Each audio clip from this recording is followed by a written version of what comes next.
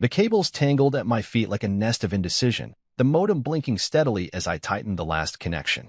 Another fix, another quiet victory. I crouched in the corner of our home office, Vivian's awards crowding the walls, her degrees framed and spotlighted, like curated museum pieces. Mine? A dusty shelf held my prototype router and the faded sketchbook where Signal Core began. No fanfare. No accolades. Just me and my belief in what I built. Vivian used to say I had vision, but it was the kind of compliment you give a child with finger paint. Safe, distant, and utterly without faith. She never said it in front of her friends. Never in public. Out there, she held me like a handbag, something functional, acceptable, but never worth discussing at length. I'd grown used to it. Not numb, but practiced. Her father, Franklin, had never hidden his disdain. He wore it like his cufflinks, polished, deliberate. "Quinn, you're wasting your life on that. Experiment," he'd say, like Signal Core was a childish science project, not a network optimization tool quietly powering 4 major e-commerce platforms. I didn't correct him. I learned early that explaining value to someone invested in your failure was an exercise in futility. Vivian adored him. Her world orbited his approval. And she worked damn hard to earn it. Ivy League graduate, finance awards, features and tech executives to watch. And every single time she was praised, I clapped the loudest. Because I loved her. Even when she smirked at dinner parties after I shared a development breakthrough, calling it cute, I swallowed the bitterness. I told myself it was just her way of coping with pressure. Even when she introduced me as the guy with all the ideas but none of the luck, I let it slide. Because I believed in us. And more importantly, I believed in what I was building. Signal Core wasn't just another hopeful app or gimmick. It was a silent backbone, an invisible accelerator hiding beneath bloated systems and inefficient code. I designed it to be the skeleton no one saw, but everyone relied on. I modeled it after myself, in a way quiet, essential, overlooked. Most nights, while Vivian reviewed acquisition deals or prepared pitch decks in her curated glass office, I worked in the garage. My hands cramping from the soldering iron, my eyes blurring after hours of testing compression ratios and latency thresholds.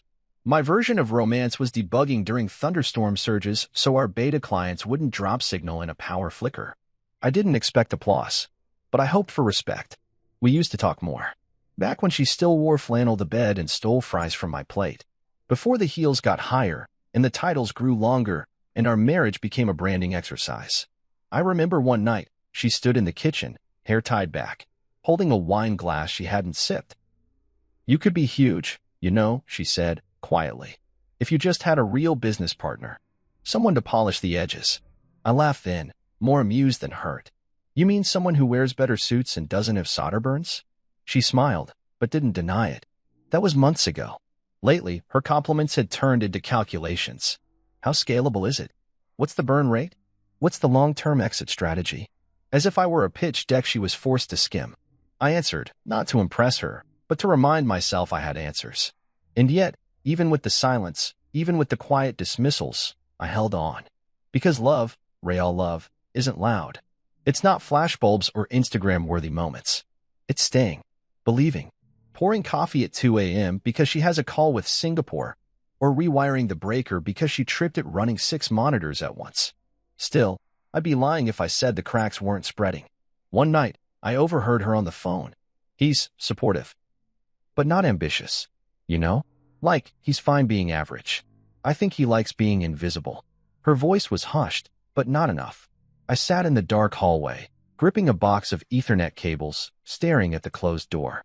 Invisible. The word burned more than I wanted to admit. I didn't confront her. What was there to say? She wasn't wrong. I had been invisible. I let her cast the light, thinking it was love, thinking that my silence was strength. But in that moment, something inside me shifted. I looked at Signal Core's server logs that night with new eyes. The metrics weren't average. We'd cut data delivery lag by 28% across 3 test markets. Our tech had survived 4 DDoS attacks without a single drop. One of our anonymized modules had been quietly integrated into a health records platform used by 2 major hospital networks. And nobody knew. Because I hadn't told them. Because I played small. Because I let their spotlight blind me into thinking my shadows meant nothing. Not anymore. That night, I stayed up until dawn mapping out a new structure. Shell companies. Licensing strategies. a stealth network of clients. I started using a pseudonym, Locke, for all new partnerships.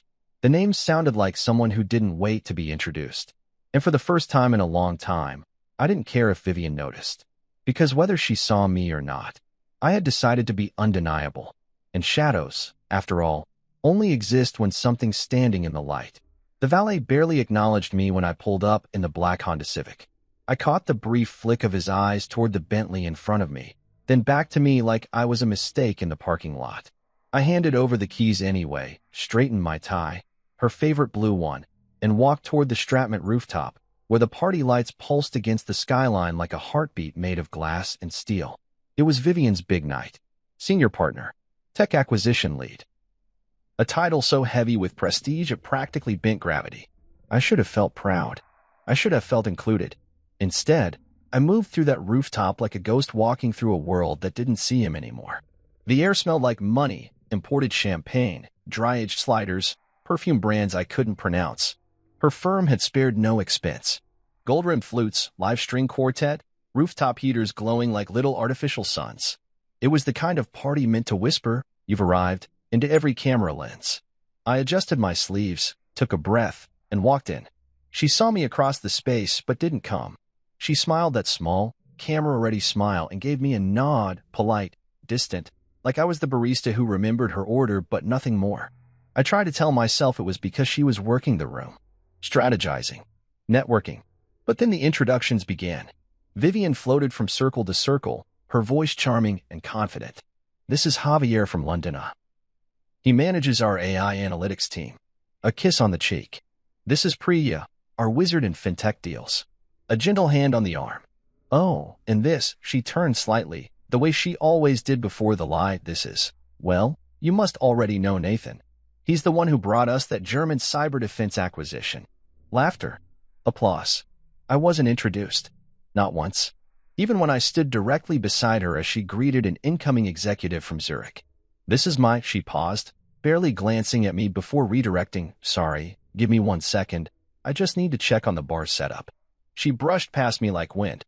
I watched her gold heels disappear behind a waiter balancing a tray of shrimp ceviche.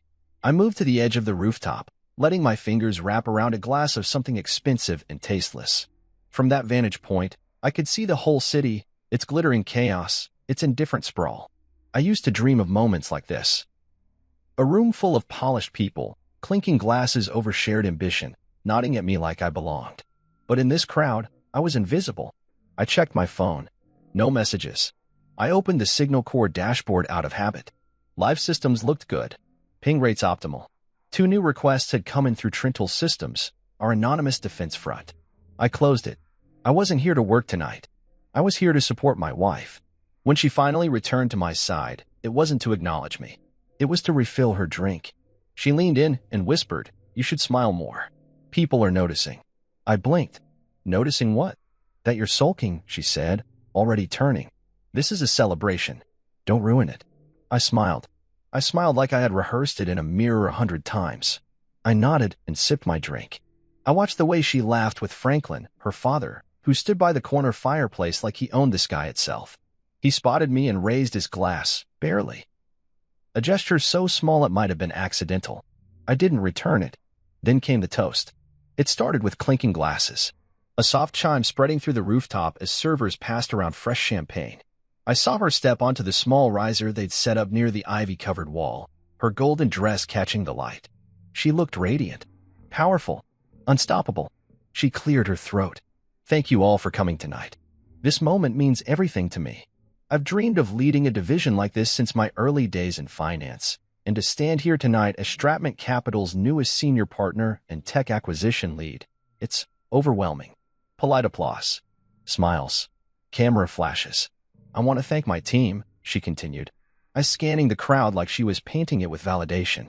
"Javier, Priya, Nathan, you are the heart of this machine. My father, Franklin, you've always believed in me." Another pause. And finally, she turned toward me. "I want to thank my biggest challenge, my husband, Quinn." Heads turned. "You've shown me exactly what not to do in business." Laughter. Actual laughter. It started in pockets, then rippled outward, slow and cruel. She didn't flinch. Which is why I'm thrilled to announce she held her glass higher that Stratman Capital is acquiring Signal Corp and folding it into our firm under a new leadership structure. My breath stopped. I froze in place, not because of the words, but because of the timing. With real leadership at the helm, she added. More laughter. Even louder this time. Franklin smirked, nodding like he'd just closed the deal of the year. My mouth went dry. My hands felt disconnected from my arms. I didn't say a word. I didn't storm out. I didn't throw the glass or shout or demand the microphone. I just looked at her, really looked at her, and saw the truth. She had rehearsed this. Maybe for days. Maybe with Franklin's help. Maybe this whole party was never about her promotion. It was about my erasure. I set my glass down on the edge of the table. It wobbled for a second but didn't fall. Then I smiled. The same kind of smile I used to give her when we were poor and hopeful, when we dreamed of changing the world together. But this smile had weight. Purpose. I turned and walked off the rooftop. No one followed me. No one called my name. I was just a silhouette slipping between bodies and balloons, laughter still ringing in my ears like gunshots in an empty room. By the time I reached the parking lot, the valet had already brought my car around, probably hoping for a tip. I handed him $5 without looking up, climbed into the Civic, and pulled away from the tower of glass where she stood on a fake stage in front of borrowed power. Let her toast. Let them laugh. I had code to write, a system to protect, and a name no one saw coming. The sound of laughter stuck to me like wet paint. I could still hear it as I drove home, each mocking chuckle and echo in my head, bouncing off everything I thought we'd built. The lights of the city blurred through the windshield, but I wasn't crying. I wasn't even angry yet. I was empty, like someone had pulled the plug and let everything drain out of me all at once. Vivian's voice played on loop. My biggest challenge, my husband, Quinn. You've shown me exactly what not to do in business. And then, like a dagger twisted for sport, which is why I'm thrilled to announce we're acquiring Signal Corp and folding it into our firm, with real leadership at the helm. I had been publicly executed without a bullet. Just a smile. Just a toast. I parked 2 blocks from our house. I don't know why. Maybe I didn't want to wake the neighbors with the sound of the garage door. Maybe I just needed to feel the cold bite of night air in my lungs. I walked slowly, every step sinking with the memory of someone's laughter. I think it was Franklin's. That short, satisfied huff of amusement he used to give when I dared to share ideas at dinner. He never believed in me. And now, he'd helped orchestrate my fall. I unlocked the front door as quietly as I could. The house was dark, which meant she wasn't home yet. She'd still be basking in applause, sipping champagne, probably telling some hedge fund manager how gracious I'd been about the acquisition. I stepped into the kitchen and stood in the silence, the hum of the fridge the only sound, low and even, like a lifeline. I didn't flip the light on. I didn't need to see the pictures on the wall or the neatly stacked awards on the shelf to remember what this place had become. Hers. I sat at the kitchen table, pulled my laptop from my bag, and opened Signal Corp's dashboard. Everything was green. Stable. Active. Productive. Our clients, real clients, were still using our core systems. If they'd felt even a tremor in performance, we would have heard about it in minutes. But they didn't. Because nothing had failed, except the illusion that I was small.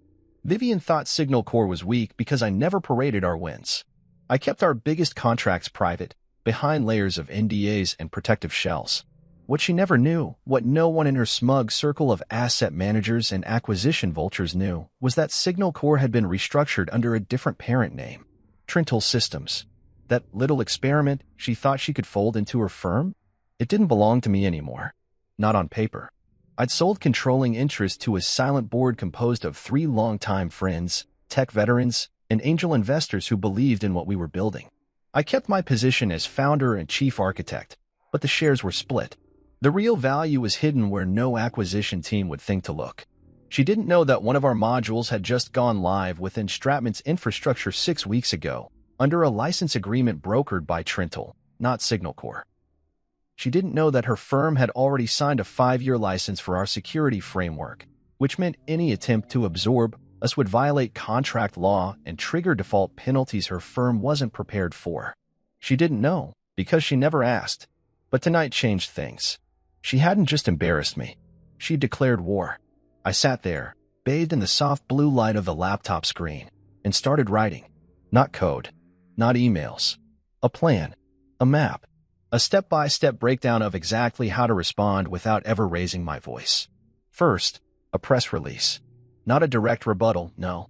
That would look emotional, reactive. No, this would be a quiet unveiling of Trintel Systems' new partnership with the Department of Defense. Just a small blurb on tech sites tomorrow morning, noting that we've been awarded a development contract for encrypted civilian military communications infrastructure. Enough to catch attention. Enough to make Stratman's legal team freeze. Then, a timed update to our investor dashboard, reflecting our most recent valuation, $180 million. Audited, verified, and recorded. Far beyond what Vivian or Franklin had ever imagined. I kept it quiet on purpose. Let the world think we were struggling. That way, they wouldn't see the pivot coming.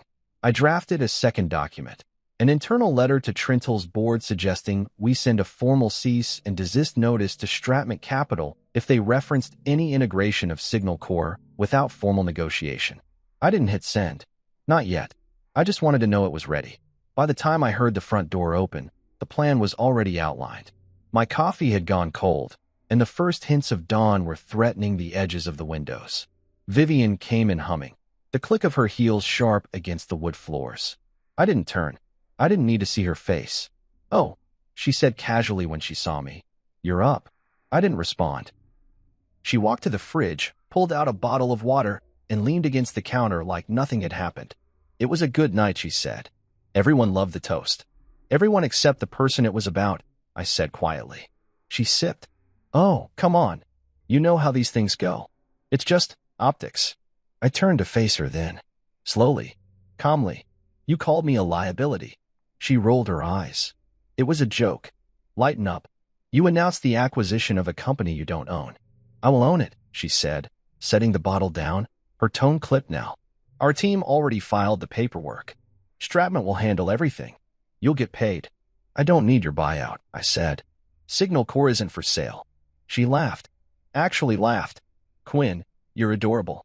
You don't have a say anymore. You signed the IP over to the company, right? And if you didn't, well, your name's still on everything. It'll come back to you in court. We've got a legal team that wins for sport." I smiled. Not because I was happy. Because this was the moment I realized she truly didn't know. "I don't own the IP anymore," I said. "It's under Trintel Systems." She blinked. "Signal Core is a shell now. The real product, the modules, the platform, the architecture, it's housed elsewhere. And it's protected." Her smile faltered. "And as of tomorrow, Trintel will be publicly announcing our defense contract. So if Stratman even breathes the word acquisition again, you'll be hit with national security violations and contract breaches. Your firm's lawyers will be too busy explaining themselves to the Pentagon to worry about me." She stared at me, and for the first time in months, maybe years, I saw something crack. Not fury, not arrogance. Fear. "You're bluffing." I stood, picked up my laptop, walked past her.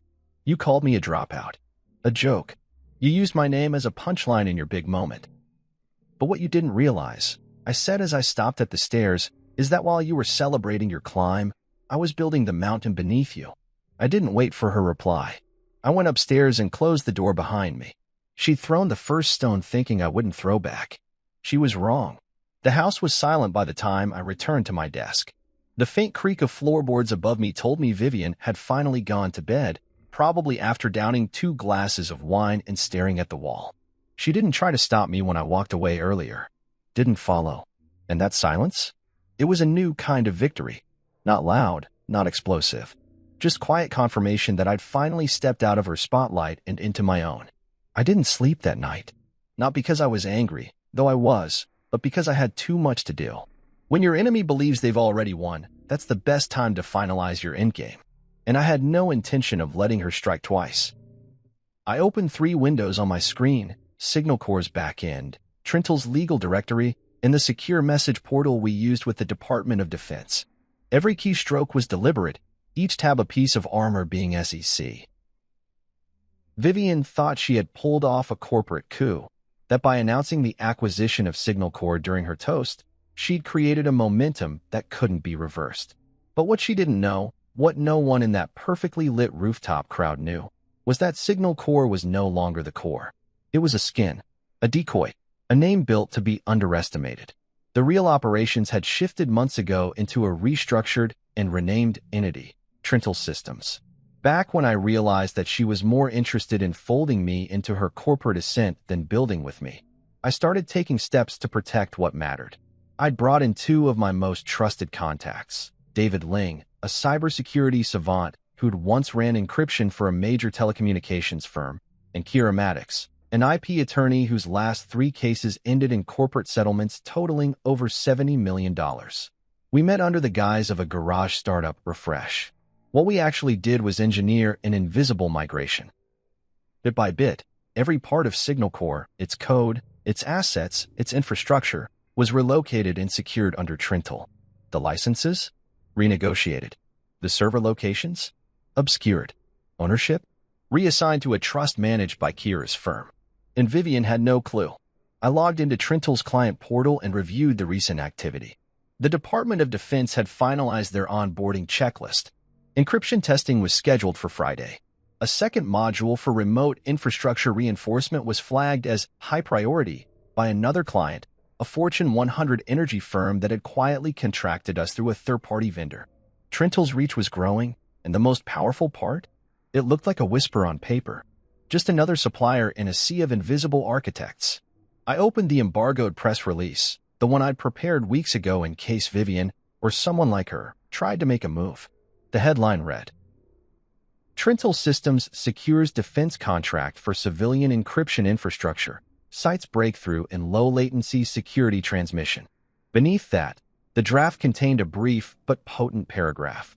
The company, co-founded by technologist Quinn Locke, has maintained a low-profile presence while pioneering encryption frameworks currently deployed across finance, healthcare, and defense. No boasting, just facts. Enough to make Stratman Capital pause.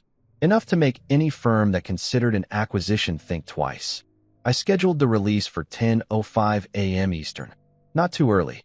Just enough time for Stratman's team to begin their morning with coffee and a heart attack. After locking the release, I turned to the acquisition terms. Not the ones Vivian smugly slid across the table in that rooftop joke of a deal. No, these were real terms. Drafted by me. Only this time, they weren't for Signal Core. They were for Stratman's cybersecurity assets. Through a shell company, I had quietly bought up several key patents their division had failed to renew on time, oversights from a team too busy with champagne to notice what was slipping through their fingers. Those patents? Now held by Trintel. That gave us legal leverage to pursue acquisition of the entire portfolio if we wanted. And I wanted. I sent a message to Kira. All systems prepped? We're ready. She replied in under a minute. They'll panic. Don't blink. I didn't plan to. By 4:30 a.m., I was running simulations through our internal load test. I watched as virtual users pushed every corner of the infrastructure, looking for cracks. None appeared. The systems held. Resilient. Secure.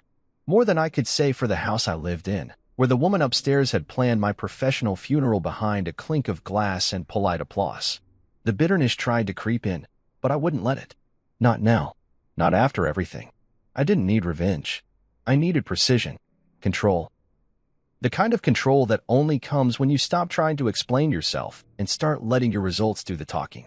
I stood, stretched, and walked to the kitchen. I brewed a fresh pot of coffee Vivian liked hers strong, with almond milk. I took it black. Always had. I set her mug down on the counter just as I heard her footsteps on the stairs. She came down in her silk robe, moving like nothing had happened. Her face was composed, calm, like she convinced herself that last night was just branding strategy, not betrayal.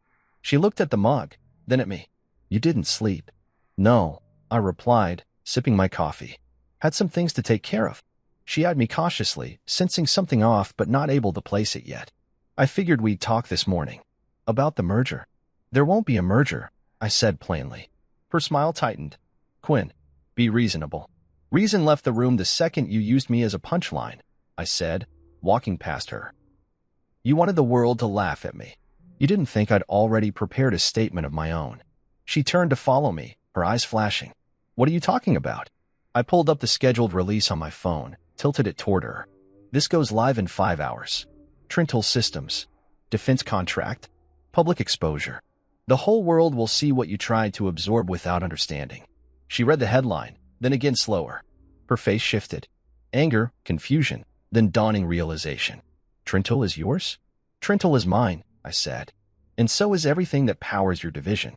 Without my license renewals, Stratman can't legally deploy half the tools it uses in client networks. Her mouth parted, but no sound came. I told you once, I continued, voice low and steady, that you can't build empires on people you don't respect. You didn't listen. You built yours on the idea that I was forgettable, that I wouldn't fight back. She gripped the counter. You're going to ruin me. No, I said. You ruined yourself. I just stopped protecting the lie. The clock on the wall ticked past 5:12 a.m. The sky outside began to pale at the edges. A new day forming. A different one. One where I wasn't the man behind the scenes anymore. One where I no longer watched her from the shadows, waiting for a scrap of recognition. I walked back to my desk and closed my laptop. My work was done for now. Upstairs, she was still standing by the coffee. Silent. Finally seeing the difference between the man she mocked and the man she underestimated. And while she slept off the last of her delusion, I had already built the firewall that would keep her world out of mine forever. The next morning began like a performance. At precisely 9:01 a.m., the glass doors of the private office suite slid open with a hiss, and Vivian walked in as if she'd rehearsed the entrance. The heels, those red-bottom ones she wore for big deals, clicked sharply against the marble floor. Her charcoal gray deal dress hugged her frame in all the right ways, and her eyes sparkled with the sheen of confidence that came from believing the world still bent in her favor. Behind her was Franklin, postured like a war general inspecting enemy territory, flanked by two attorneys I recognized from Stratman's litigation department. None of them smiled. "Morning," she said sweetly, sliding a crisp, leather-bound folder across the conference table. "You're going to love this deal, Quinn. I promise." I didn't reach for the folder. Instead, I tapped a key on my laptop, bringing the large wall monitor to life. The screen lit up with my desktop, orderly, deliberate, waiting. I looked up at her, and then at Franklin, who gave me a nod that was more dismissal than greeting. They thought I was cornered. They thought this was just a formality. They'd show up, serve me their acquisition proposal, and walk out with my life's work. And maybe even my signature on a severance agreement if they were generous. I could practically feel the smugness radiating off them. Vivian leaned forward, like she was about to sell me a dream. The terms are generous. Full absorption of Signal Corps into Stratman's tech division. You'll walk away with a cash payout, vested equity, and a year of advisory consultation. Think of it like getting paid to do less. Franklin added, "You're lucky we're offering anything after what you pulled with that press release." Spooked a few board members. I tilted my head. It wasn't meant to spook. It was meant to inform. Franklin snorted. "Don't play coy. That announcement was calculated. You blindsided us." "No," I said, finally sitting back. I protected what was mine. Vivian's eyes narrowed, just slightly. I could tell she hadn't expected calm from me. Rage, maybe. Defensiveness. But not this. I nodded at the monitor. "Let me show you something." Slide 1. Signal Corps' current valuation. $180 million. Verified by 2 independent audits and supported by recent infrastructure license sales. I watched Franklin's brow tighten. Slide 2. The client list. Not names, of course, we protect those. But the logos of their parent companies told the story. 3 Fortune 100s, 2 in Europe, 1 stateside. I let them read. Let the silence stretch.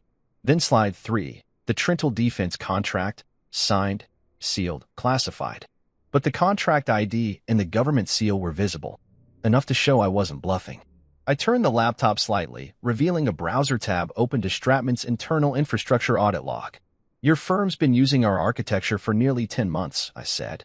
Encrypted packet acceleration, firewall load balancing, and predictive routing. You signed the license through a third-party vendor. Our tech already runs behind your systems." Vivian's mouth parted, just slightly. Franklin leaned forward. "You're bluffing." I clicked a file. An email chain from Stratman's internal IT director confirming the integration last November. "Am I?" He stared at the screen like he was reading the terms of his own defeat. "See," I continued, "Signal Corps wasn't failing. It was hiding. And you just tried to buy something that your firm is already renting at a premium." One of the lawyers finally spoke. "Even if that's true, it doesn't protect you from strategic acquisition. You're still vulnerable under standard merger clauses." "I'm not merging," I interrupted, voice calm. I'm not for sale. But your division might be. Vivian laughed. A short, breathless laugh that didn't reach her eyes. Excuse me. Slide 4 appeared, Trintle's acquisition proposal. Not for Stratman itself, but for its cybersecurity portfolio. The language was sharp, and the numbers were precise. Your firm lost 3 patents last quarter. We acquired them. We own the rights to Stratman's compression cipher algorithm, the idle data diagnostic protocol, and the failure redundancy matrix you're still marketing as proprietary. We sent a courtesy notice this morning. Your legal team will get it in an hour. Franklin sat back, stunned. The lawyers looked at each other, visibly uncomfortable now. Vivian's face changed. That practiced mask began to crack, and for a split second, I saw her reach for the old strategy, charm. Quinn, she said, softening her voice. This doesn't have to be ugly. We're partners. We can find a middle ground here. I smiled faintly. I'm sure we could have.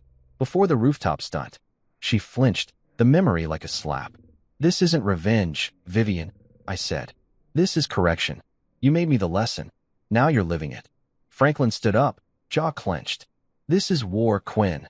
No, I replied, calmly rising to my feet. This is business. You're just not used to losing. He stormed out. One lawyer followed. The other stayed behind for a second too long, probably weighing job security versus ethics, then turned and left as well. Vivian stood, but slowly. Her fingers touched the edge of the table like it was the only solid thing left in the room. You played me, she whispered. No, I said, gathering my laptop. You ignored me. There's a difference. She took one last breath, trying to summon her composure.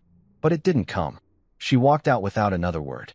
And I stood there, the only sound in the room the gentle hum of the monitor still displaying my final slide. Some threats aren't visible until it's too late. The room felt like a held breath as I advanced the next slide. It glowed across the screen in stark contrast to the mahogany-paneled walls and chrome accents of the boardroom, casting pale light across the confused and increasingly pale faces staring back at me. There were 7 of them now. Vivian, Franklin, the 2 lawyers, and 3 of Stratman's top-level executives who had arrived 15 minutes late and expected a smooth negotiation, not a coup. Slide 1 had already shattered the room's illusion. Signal Corp's valuation was far beyond what they had assumed. Slide 2 had chipped away at their composure with proof of our high-level client base. Slide 3 had introduced the contract with the Department of Defense. Now, Slide 4 would bury them under the weight of what they never thought to question. I clicked again. The screen displayed a countdown timer, 47 minutes and 18 seconds. That's the time left until a scheduled press release goes live across national tech and business media outlets, I said, my voice level. It outlines Trintle Systems' acquisition of 3 patents previously owned and now expired by Stratman Capital. It also highlights our recent federal defense contract, an award that required a thorough security clearance and a federal-level due diligence process your team didn't even know was happening. Silence. Then the scraping of a chair leg as Franklin stood up slightly, only to sit right back down as if realizing he no longer had the right leverage to leave without appearing weak. I continued, slowly, methodically. You came here expecting me to surrender, to hand over a company you assumed was on the brink, a company you believed you could swallow whole with a polished press release and a few term sheets. But you never paused to ask what Signal Corp had become. I looked directly at Vivian. Her expression was unreadable now, not cold, not confident, just calculating. I knew that look. I'd seen it in her eyes when she pitched to investors, when she prepared cross-examinations during her consulting work. It was the face of someone trying to regroup after stepping on a landmine. Vivian, I told you once, I said, tone quieter now, just above a whisper, that what you underestimate will eventually outgrow you. I gave you chances, years' worth. I supported you, built systems while you built speeches. And when you thought you were the sun, you asked me to be a star that only shone when you needed light. But I was building something in the dark, something you didn't even think to look for. Slide 5 illuminated the wall. It showed a simple graph, one line representing Stratman's current projected cybersecurity revenue curve, the other, Trintle's, based on existing contracts and upcoming deals. The lines intersected in 7 months. Then Trintle's line soared past. Verified data. Conservative projections. One of the executives, a tall woman with silver earrings and a sharper mind than the others, finally spoke. These numbers are real? I nodded. verified by Renshaw and Banks. I'll provide the audit trail. We don't inflate. She turned to Vivian, then back to me. Why are you here, then? Why show us this? Why not let us fall blind? Because I don't want Stratman to fall, I said honestly. I want it to evolve. But not with the people who thought they could steal from me and mock me in public while doing it. Franklin leaned forward now, and I could tell he was still trying to re-establish dominance, still clinging to the belief that men like him didn't lose in rooms like this. Let's talk turkey, Quinn. Everything has a price. I raised an eyebrow. You mean like how my reputation had a price at your daughter's promotion party? Vivian flinched. No, I said flatly. This isn't about price. This is about positioning. I walked around the table slowly, not with arrogance, but with the deliberate calm of someone who already knew the outcome. I placed a folder in front of each person, 7 copies of an internal proposal drafted by my team and reviewed by Kira. The folder title read, Proposed Strategic Realignment of Stratman's Cybersecurity Assets, Trintel Systems Partnership Agreement. Not a buyout, not a merger, a partnership, with Trintel holding 51% control of the cybersecurity division. I watched the expressions change as each person scanned the front page. The lawyer on Vivian's left blanched. The silver earring executive blinked, her jaw tightening in thought. Franklin scoffed under his breath. Vivian didn't react at all. She stared at me, but I saw her hand tighten around her pen. You'll maintain face, I said, voice steady. Stratman won't collapse. This deal keeps the lights on. You'll spin it as a strategic pivot. Trintel brings in the innovation. Stratman brings in the resources. Your shareholders won't panic. And if we say no? Franklin asked, his voice hollow with the exhaustion of someone who knew he had already lost. I clicked the final slide. It wasn't numbers. It was a curated list of emails. Excerpts from internal correspondence where Vivian and Franklin joked about my intelligence, where they referred to Signal Corps as Quinn's hobby, and laughed about me being too naive to know I was being used. I hadn't hacked anything. These were forwarded to me by someone inside Stratman, someone who'd seen enough. I don't want to release these, I said, but I will. And once they're out, this board won't be deciding anything because you'll all be too busy dealing with a PR meltdown that paints Stratman as a firm that mocks founders while profiting from their innovations. The room stilled. Vivian spoke now, softly, carefully. You did all this behind my back. I met her gaze without flinching. You did everything in front of mine. She looked down, as if searching for something to say, some last-minute salvage play, but no lifeline arrived. No one jumped to her defense. Franklin sank back in his chair, and the silver earring executive leaned forward, finally. I recommend we table this for internal review, but from where I'm sitting, the numbers don't lie. This deal isn't a loss. It's a parachute. Vivian opened her mouth, but no sound came. For the first time, she wasn't the loudest voice in the room. She wasn't even in control of her own board. I gathered my laptop, slid my own folder back into my case, and walked toward the door. Press release goes live in 22 minutes, I said without looking back. I'd have your PR team ready either way. Just before I stepped out, I heard the executive say, get legal on this now. If we can't beat him, we need to be on the right side of this. The doors closed behind me with a soft hiss. And just like that, the boardroom where they planned my funeral had become the venue of their quiet surrender. The sun was climbing higher by the time I returned to my own building. Not just a home office anymore, a proper headquarters. We'd signed the lease on the top floor of an old converted foundry, brick walls and steel beams still scarred with stories from a century ago. Now, it held the heartbeat of Trintel.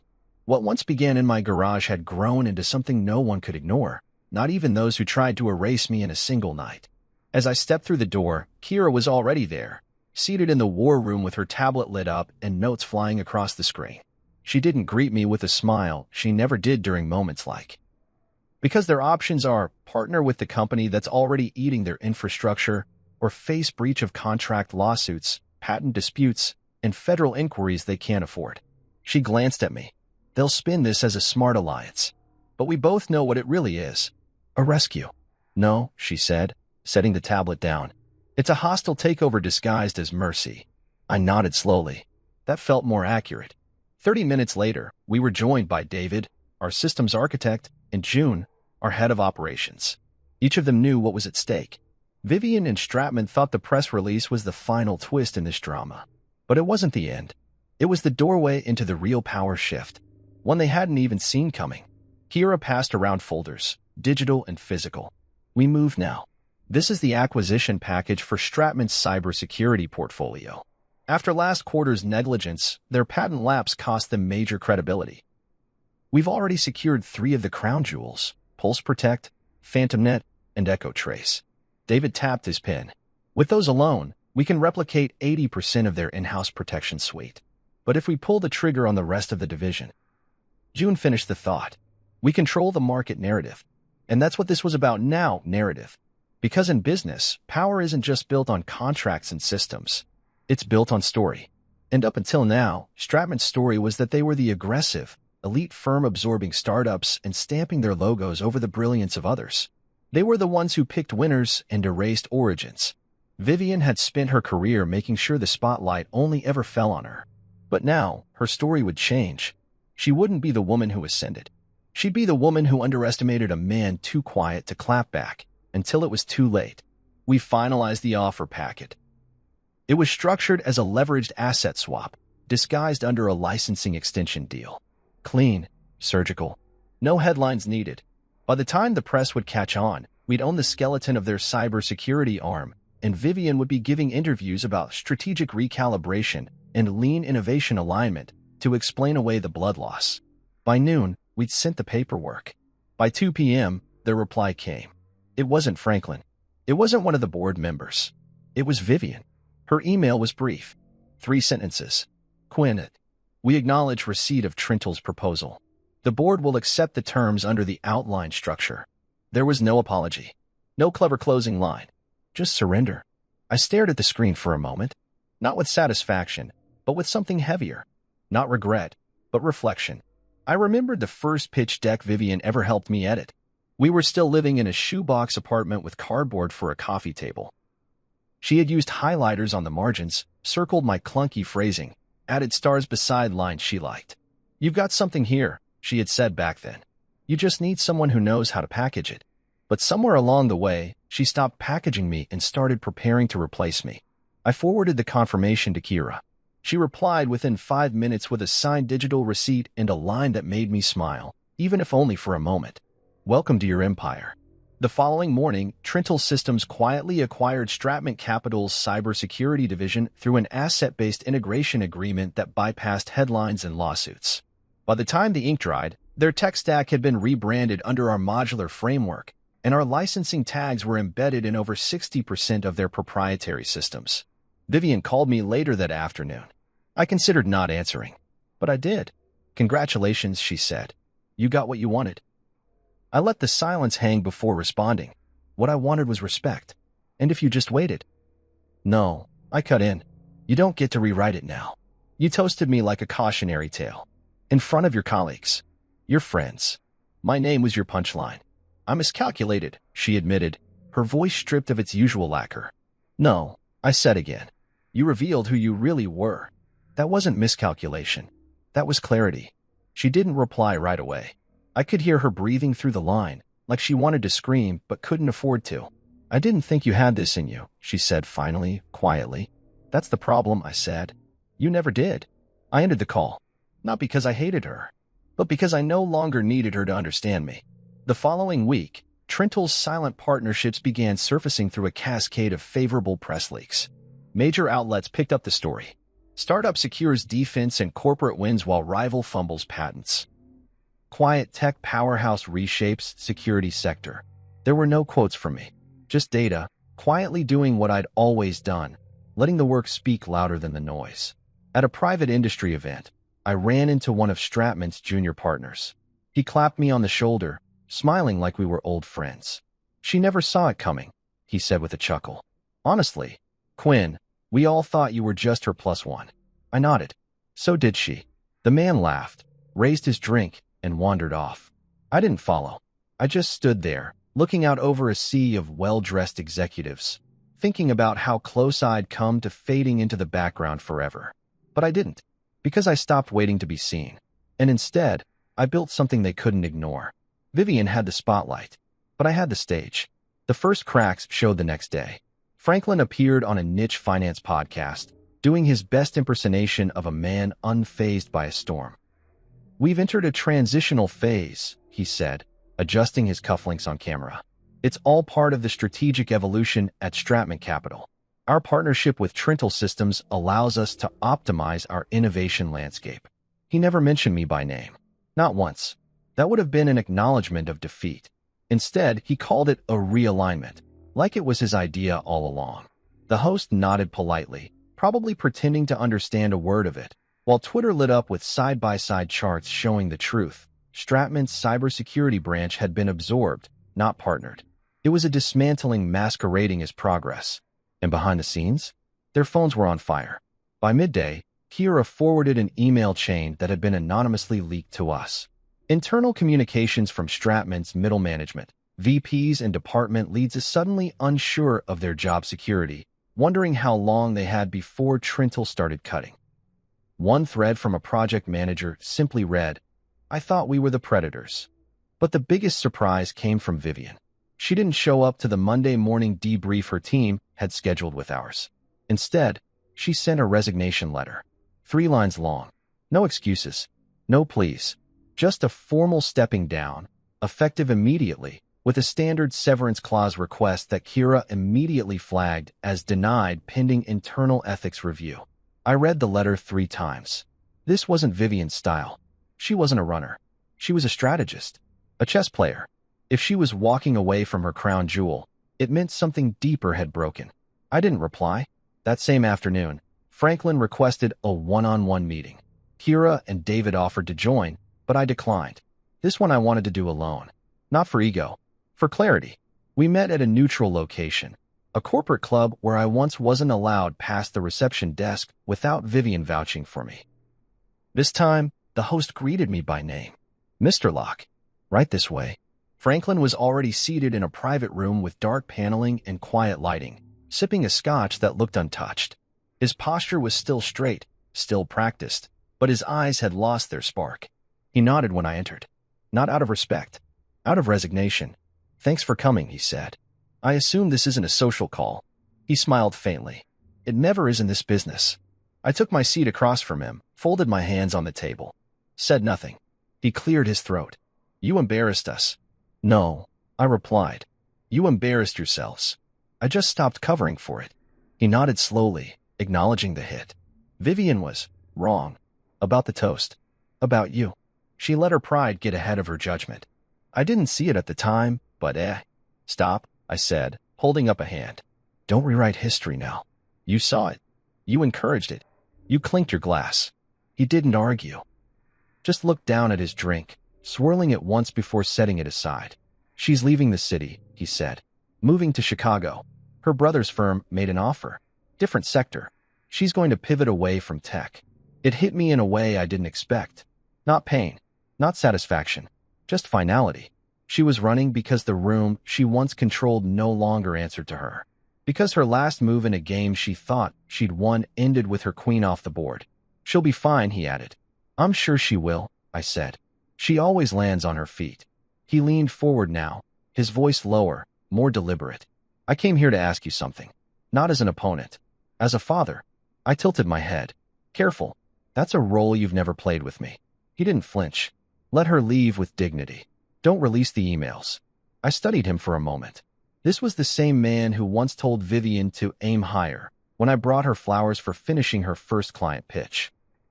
The same man who introduced me as the Wi-Fi guy at a holiday party full of investors. And now he sat across from me, asking for something he never offered me. Mercy. "They're already archived," I said. "Not released. I don't need them anymore." His eyes flicked up, surprised. "Why?" "Because I've already won," I said. "And I'm not interested in scorched earth. I'm interested in building something that lasts." He leaned back slowly. For the first time, I saw respect, not affection, not warmth, but something close to acknowledgement. "You're not the man I thought you were." "No," I said, standing. "I'm better." I left him there with his untouched scotch and an ego too bruised to salvage. Outside, the winter wind cut across my face, sharp but invigorating. I didn't feel heavy anymore. The weight of their doubt, their ridicule, the night spent wondering if love could survive dismissal, all of it was gone. Back at Trintel, our team was already preparing for the next chapter. We had more contracts lined up, more hires planned. The silence from Stratman meant they were bleeding, but they weren't stupid. They wouldn't challenge us again. The market had shifted. We weren't the garage experiment anymore. 2 weeks passed before I saw Vivian again. It wasn't in a boardroom or across a courtroom. It was in the most unexpected place, the airport. I was waiting in line at a coffee kiosk in Terminal C, heading to a leadership summit in D.C. to speak on a panel about innovation under adversity. She stood 2 spots ahead of me, her hair shorter now, wearing a simple blazer and flats. She looked smaller somehow, not in stature, but in energy. She turned and saw me. Her mouth opened slightly, then closed. I gave her a nod. Nothing more. She stepped aside and waited until I had my drink. "I heard you're speaking at the summit," she said quietly. I raised an eyebrow. "I am. You'll do well." "Thank you." There was a pause. "I was wrong about you," she said. "You were wrong to me," I corrected gently. "There's a difference." She nodded. "I've started therapy." I didn't respond. She added, "I'm sorry. Not for losing. For what I did to you. How I made you feel." It was the first real apology she'd ever given me. I sipped my coffee. "I hope Chicago treats you well." She smiled faintly. "Take care, Quinn." And just like that, she walked away. No breakdown. No grand scene. Just a woman who lost the spotlight and finally saw what had been in the shadows all along. Back at the summit, I stood in front of a room filled with executives, founders, analysts. They expected case studies, graphs, numbers. But I started with a single sentence. "My name is Quinn Locke, and the only thing more powerful than being underestimated is knowing exactly when to stop asking for permission." The room was silent. Then it erupted in applause. And in that moment, I knew. This wasn't revenge. It was rebirth. 2 weeks later, an envelope arrived. Heavy cream cardstock with an embossed navy crest and my name. Not just printed, but written by hand. In careful calligraphy, Mr. Quinn Locke. There was no return address on the front, but I already knew where it came from. Stratman Capital, the company that once tried to bury me with a smile, now wanted me to stand at their podium. Inside the envelope was a formal invitation. "You are cordially invited to speak at the Stratman Capital Leadership Summit on recognizing overlooked innovation." I reread the line twice, letting the irony settle in. Stratman, the firm that mocked my work, tried to consume it, then surrendered to it, now wanted me to serve as a symbol of innovation they'd championed. No acknowledgement of the war we'd fought. No mention of Vivian. Just a carefully designed rebranding of reality. Kira laughed when I showed it to her. "They really think this makes them look progressive," she said. "Like they weren't on the wrong side of the story a month ago." "They want a redemption arc," I said. "And they think I'll write it for them." She leaned forward. "Are you going?" "Absolutely." She blinked. "Seriously?" I nodded. "Not for them. For the ones watching who've been underestimated. For the founders no one clapped for. For the men and women who were told they were wasting time chasing something no one else understood." She grinned. "Then let's write a new kind of keynote." The summit was held at the Helix Grand Hotel, the same venue where Stratman used to throw its summer galas. I remember being there once, years ago, standing awkwardly in a rented suit while Vivian introduced me to colleagues with lines like, "He's working on something in tech, very underground." This time, I entered through the speaker's entrance. No name tag. No wait. My assistant had sent my bio ahead, along with my media kit. I was ushered to the green room, where soft leather chairs and bottled water awaited. A far cry from the folding chair by the bar they'd offered me before. The room filled quickly with executives and analysts. The air buzzed with chatter, but not the performative kind I remembered. This wasn't a celebration. It was a showcase. A chance to identify power before it passed them by. And I was no longer invisible. I caught sight of Vivian before I stepped on stage. She sat in the 5th row, center aisle, wearing a navy dress and no jewelry, her hair pulled back. No entourage. No notes. Just her and a quiet expression I couldn't read. She wasn't speaking today. That much I already knew. Her role in the company had been reduced to a consultant title with no direct reports. Franklin had retired last week to focus on wellness, they said, but everyone knew he'd been nudged out. My name was announced. The applause wasn't thunderous. It was measured, curious. Like the audience was trying to decide what kind of man I would be once I stood under the lights. I stepped onto the stage, no notes in hand, no teleprompter. Just me. And every word I'd waited years to say. "Good morning," I began. "My name is Quinn Locke, and I used to be a silent partner in every room I entered. Not because I had nothing to say, but because I was surrounded by people who were too busy talking to listen. A few chuckles. Mostly stillness. For years, I built systems in the dark. I watched others get credit for the structure I designed. I watched opportunities pass because I didn't wear the right suit, didn't attend the right school, didn't stand next to the right last name. I was labeled a dropout, a placeholder, a man with more ideas than sense. I was locked in now, even Vivian's. But here's what I learned. Quiet doesn't mean weak. Silence doesn't mean consent.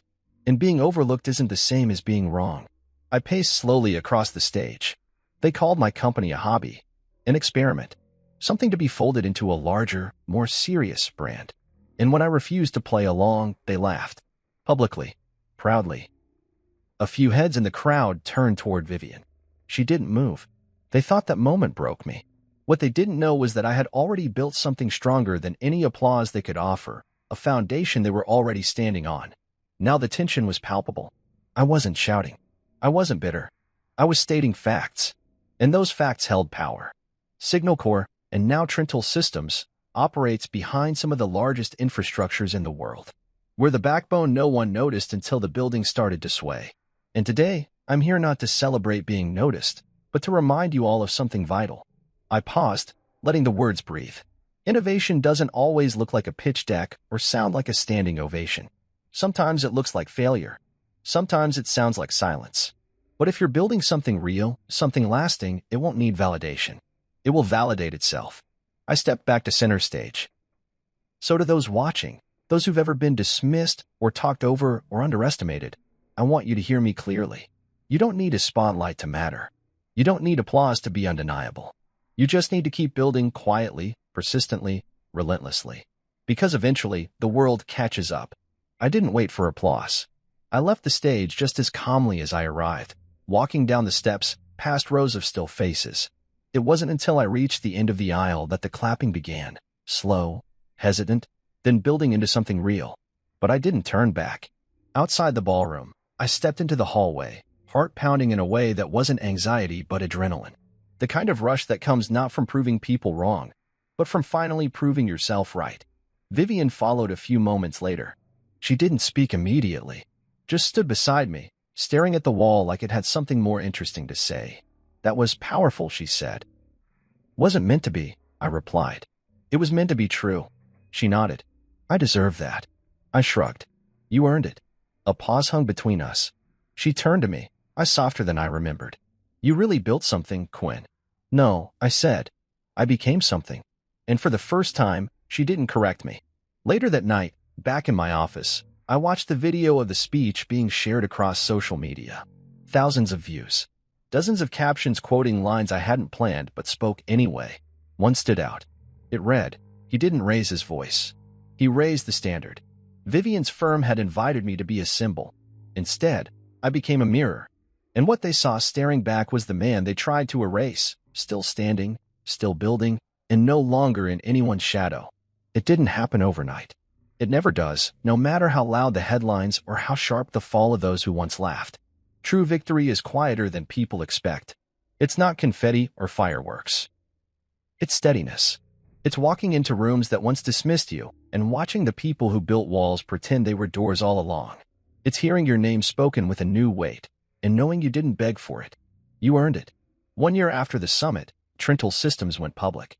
The IPO exceeded expectations by every metric that mattered. Triple valuation. Oversubscribed in under 4 hours.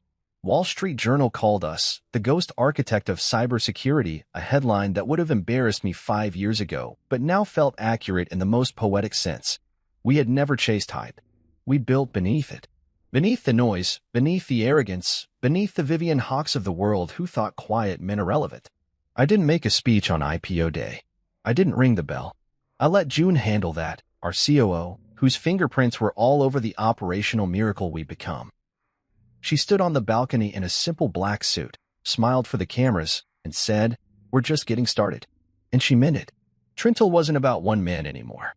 It was a machine powered by people who had once been overlooked, now leading departments that rewrote industry benchmarks. Vivian? She kept her promise and moved to Chicago. She joined a real estate tech firm, something softer, safer, a quieter stage. Occasionally her name popped up in digital features about pivoting and leadership, And once I even saw her listed as a guest panelist at a small entrepreneurship forum. I didn't watch the video, but someone on my team told me she spoke with more humility than they remembered. Maybe that was growth. Maybe it was just bruising from a fall she hadn't seen coming. Either way, I no longer kept tabs. I didn't need to. She was in the rearview now, blurry and distant. Franklin retired completely. No podcasts. No op-eds. Just vanished into whatever gated community would have him. I imagined he still swirled whiskey and told stories that conveniently left my name out. That was fine. I didn't need space in his version of events. I had already reclaimed my own. The house Vivian and I once shared sold to a young couple expecting twins. I left behind a few things: the desk where Signal Core began, the vintage router I soldered by hand, the coffee mug with the faded print that read code like nobody's watching. Artifacts of a man who had been willing to be unseen for too long.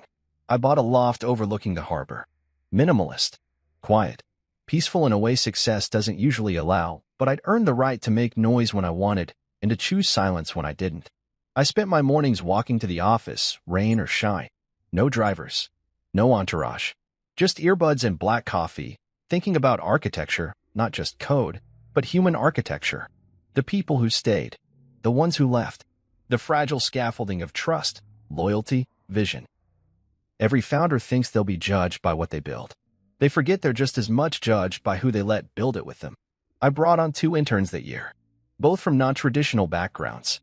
One had dropped out of college after her scholarship was pulled. The other used to work construction by day and learned Python by night on borrowed Wi-Fi. I gave them full-time contracts before the year was out, because talent isn't always loud. Sometimes it waits. Sometimes it whispers. And I had learned to listen for whispers. At a leadership dinner one fall evening, an older executive leaned across the table and said, "Quinn, you know you could write a book. Make millions more telling your story." I smiled politely. I'd rather live a better one. He laughed, thinking it was modesty. But I meant every word. See, the victory wasn't the money. It wasn't even the recognition. It was the peace. The kind that sits on your shoulders like sunlight after years of rain. The kind that no headline, no IPO, no applause can deliver. It's when your worth no longer requires explanation. When your story is no longer edited by other people's insecurities. I got a letter around Christmas. Handwritten. The return address said Chicago. It was from Vivian. No envelope perfume. No signature flourish. Just plain paper and ink. Quinn, I won't take up much space. I just wanted you to know that I finally understand what you were building. Not just the code, but the way you held yourself. The patience. The vision. You were never invisible. I just didn't know how to see. I hope this chapter of your life is kinder than the ones I helped write. V. I folded the letter and placed it in a drawer I rarely opened. I didn't need the closure, but I appreciated the honesty. Maybe people don't change completely, but some learn how to carry their damage without cutting others with it. That was enough. One night in late spring, I stood by the office window while the city hummed below. Kira came in with a bottle of wine and a tired smile. "You know," she said, handing me a glass, "a year ago today, we were just hoping Stratman wouldn't sue us into oblivion. And now?" I asked. "Now they forward our white papers to clients like they wrote them." We clinked glasses. As we sipped, she added, "You ever think about what would have happened if you'd signed that deal? Let them fold Signal Core in like they planned?" I nodded. Sometimes. And I wouldn't have been me anymore. That was the truth of it. Signing that deal wouldn't have just cost me my company. It would have erased the part of me that believed in slow building things. In letting work speak when words failed. In not needing the room to clap as long as the structure held. That was the core of who I was. And I'd rather be the quiet man behind a fortress than the loud one standing on a stage built by someone else. Eventually the lights dimmed, the guests left, the cameras moved on to the next founder to watch. But Trentel stayed. Signal Core stayed. I stayed. And every time I heard someone refer to me as just a dropout or Vivian Hawksex, I smiled. Because I knew something they didn't. They were still using my systems. Still logging into networks I built. Still protected by code I wrote in a garage while they drank champagne and laughed. And that was enough. I didn't just win. I became undeniable.